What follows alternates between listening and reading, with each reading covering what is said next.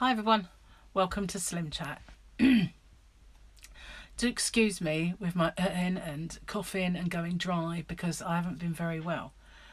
This last couple of days, last night especially, I was extremely bad with my wheezing and asthma. My inhaler didn't touch it, and so I have no idea what really triggered it that badly. But I think part of it was food allergies, because when I get into the allergy syndrome, then things that are normally a mild irritant become a little bit worse. So I've got a feeling it was the things that I was eating. So I really can't wait to get this move over with. I'm not moving, but I'm moving out from my old house which sold. You've probably heard the story.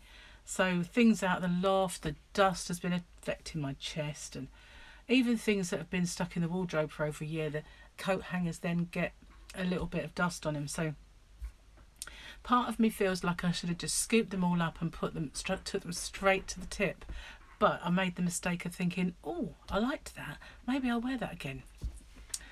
And so it all ends up back here in a pile of washing that you need to get through. I'm making a start on our usual washing first, and so I've got my work cut out for me.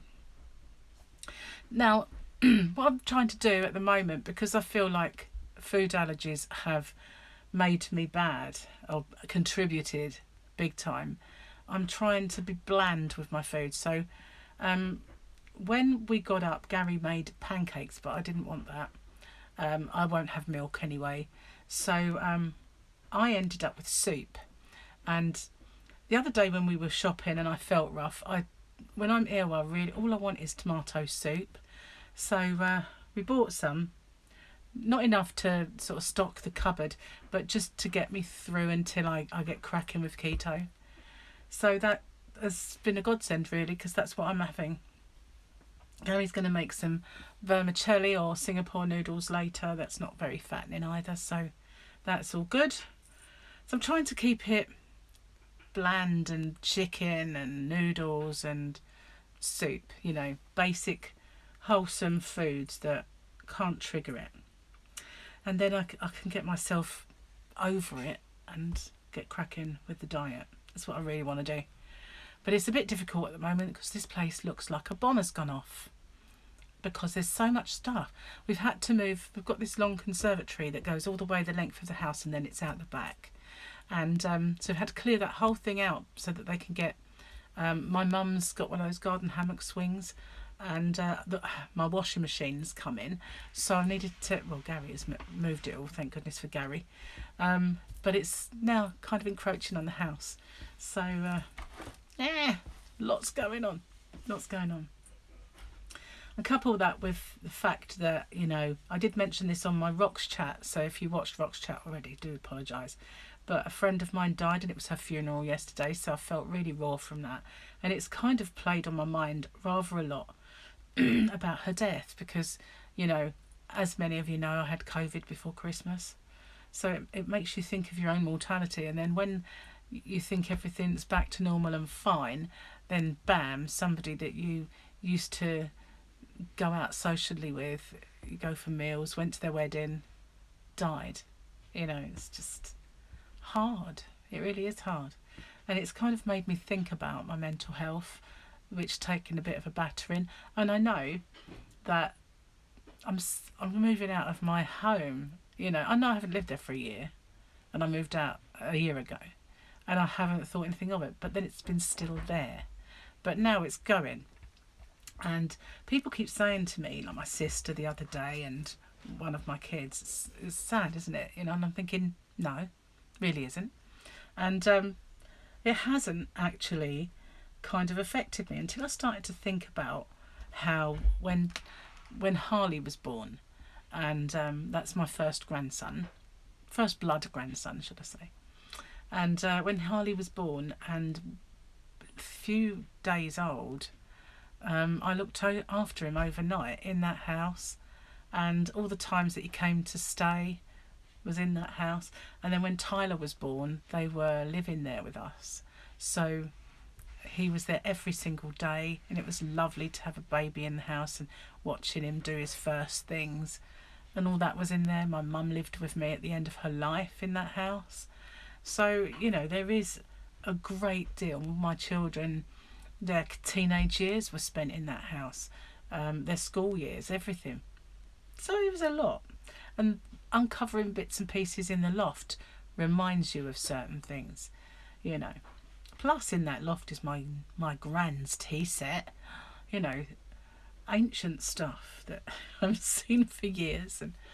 And so yeah, I guess it will be playing on my mind a little bit, but I don't feel, when people say oh, it's sad, isn't it? I don't feel it's sad, because it's just something that's necessary and has to be done.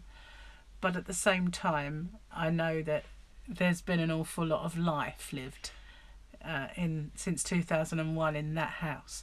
You know, I didn't feel it either when we left the previous one, and my children really did grow up in that one from babies. Paul was born in the house before, and so when I look back at those places and I've got those fond memories, but I still didn't feel sad to leave them. So I don't think I feel sad to say goodbye to this house, although it's a pretty house. I will do a video. Somebody suggested I do my last video there, and I was toying with the idea of doing a Rocks chat, you know, when I go over, filming my Rocks chat there, and maybe, you know, my last video. But somebody said put it, because I've got another channel called Rocksteady, so I could go and do a little show and tell video and of my house. It was pretty. It was a hole in the ground when I bought it, and we watched as they built it.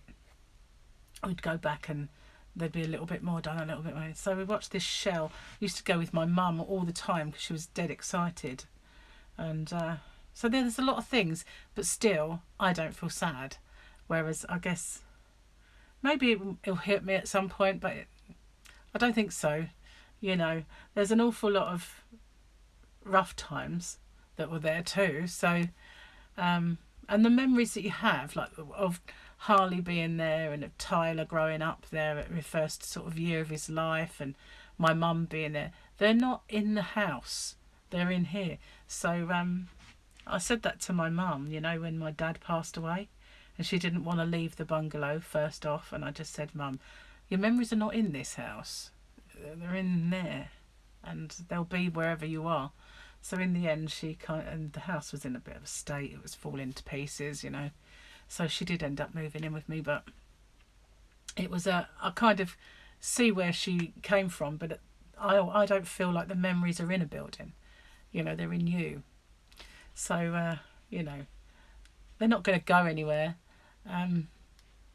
Some of them you wish would. That's life, isn't it? It's life. Anyway, excuse me. I'm going to get off and upload this video. I know it's not very long, but pretty soon it'll be back to normal chat, normal diet chat and a blog, with some proper cooking recipes and everything else. But at the moment it's just going through a transition period, you know. So it is what it is. We all do it, don't we? We've got milestones in our life, and we're on a lockdown, 3rd one. Let's hope it is the last one, and we can all get back to some kind of normality, going out with the kids and the grandchildren, going to parks, having picnics, going to the seaside, you know. And I've got to hold off on the going shopping until I get rid of all this stuff. But you know what I mean. Anyway, thank you for watching. Stay safe and really do take care of your mental health. It's really heavy going at the moment. 3rd lockdown in this country anyway. So wherever you are, we're all going through this blessed pandemic together. So just look after yourselves. I'll see you soon. Bye for now.